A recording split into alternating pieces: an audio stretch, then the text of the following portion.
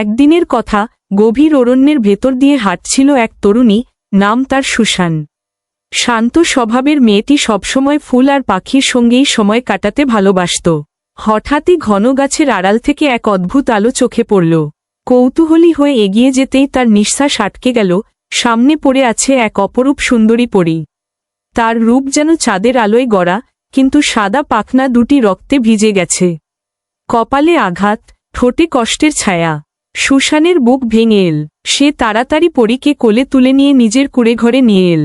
প্রতিদিন বনজ ভেষজ দিয়ে ক্ষত সারাতে লাগল, স্নেহ দিয়ে খাইয়ে দিল। ধীরে ধীরে পরীর চোখে ফিরে এল উজ্জ্বল আলো, ডানায় ফিরল শক্তি। একদিন ভোরবেলা পরী সুসানের হাত ধরে মিষ্টি হেসে বলল, তুমি আমাকে শুধু জীবনই দাওনি, মমতাও দিয়েছ। আমি ঋণ শোধ করতে পারব না, তবে তোমার জন্য ছোট্ট আশীর্বাদ রেখে যাচ্ছি। এ কথা বলেই সে ঝলমলে তারার ধুলো ছড়িয়ে দিল চারদিকে। হঠাৎ সুসানের ঘর ভরে গেল আলোর মায়, আর চারপাশে অদ্ভুত সৌভাগ্যের স্রোত বইতে শুরু করল।